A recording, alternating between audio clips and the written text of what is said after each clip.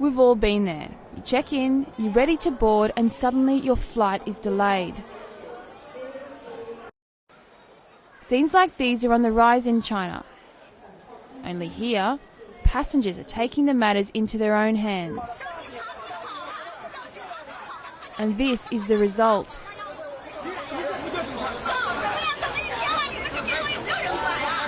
At Shanghai Airport, thousands of angry passengers protest after being stranded when flights were cancelled this July due to heavy downpours. Passengers at the same airport stormed the runway, furious at their airline's refusal to compensate them for an overnight delay last April. They're scenes which are being repeated across the country as frustrated passengers of what is now the world's second largest aviation power face off with airport and airline staff. While some commuters are slamming raging passengers, others are defending them. Our flight was scheduled to take off at 10 o'clock at night, but was delayed until 3 o'clock the next morning.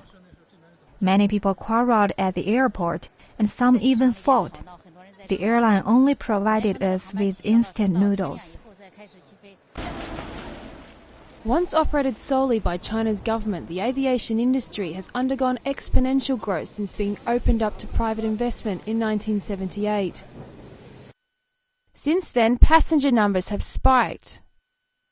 Official data from China's Civil Aviation Administration shows the number of air travellers in the country increased 11% year on year in the first 9 months of 2013. It's been a gold mine for carriers. The parent company of China's fourth largest carrier, Hainan Airlines Group, raked in 127 million yuan, more than $20 million in annual revenue last year, up 44%.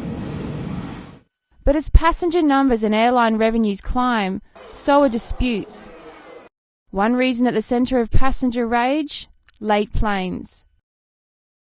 According to data released in June by the US website FlightStats, out of 35 international airports, Beijing Capital International Airport and Shanghai Pudong International Airport rank as the worst two performing, with on-time records of only 18.3% and 28.72% respectively. Flight operation and traffic control are the main reasons for delays, causing more than 68% of late planes. Figures from China's Civil Aviation Administration show the average on-time performance for all airports last year was only 74.83%, a record 5-year low. Couple that with figures like those showing Beijing as ranking second in the world for passenger traffic, and it's not hard to see how this has become a ticking time bomb. Late flights aren't the only thing raising the ire of irritated passengers. Passengers say airlines are offering poor service, fail to provide explanations for delays, and provide insufficient compensation when there are. Another common complaint, airline food. Figures from the China Air Catering Committee show the average cost of airline meals is around 20 yuan, or around $3.28 US. Some companies are trying to lower the cost even further. It comes on the tail of passenger complaints that airline food is already substandard. During China's major National Day holiday this year, some Air China passengers were served meals which were 4 days old. Some got diarrhea after eating them. We all know that most food on domestic planes tastes really awful. It is understandable to some extent. After all, they must provide food for so many passengers. But for some food like noodles, it tastes really bad when stored for a long time. Air China later explained the date on its packages was printed incorrectly. We hope the food on planes can be improved, and they start caring more about the passengers. Besides bread, they should provide more varieties of food.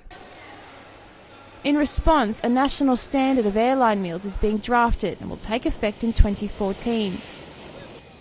But experts say it's a piecemeal approach to what are major issues crippling the aviation industry. Board chairman of Hainan Airlines Group, Chen Fang. The problems reflect that the level of development of the aviation industry still lags far behind the growth of the country's economy and people's living standards. Chen is feeling the pressure. He admits the current systems are failing. Rigid requirements for market access and aircraft purchases, rigid airspace control, high tariffs on aviation equipment imports, and the lack of aviation professionals have all constrained further development of the civil aviation industry, which needs to be changed. It's change which can't come soon enough for weary passengers. The flight delay has become more and more frequent in recent years, and we can't figure out why. We are afraid of taking a plane now because of frequent delays.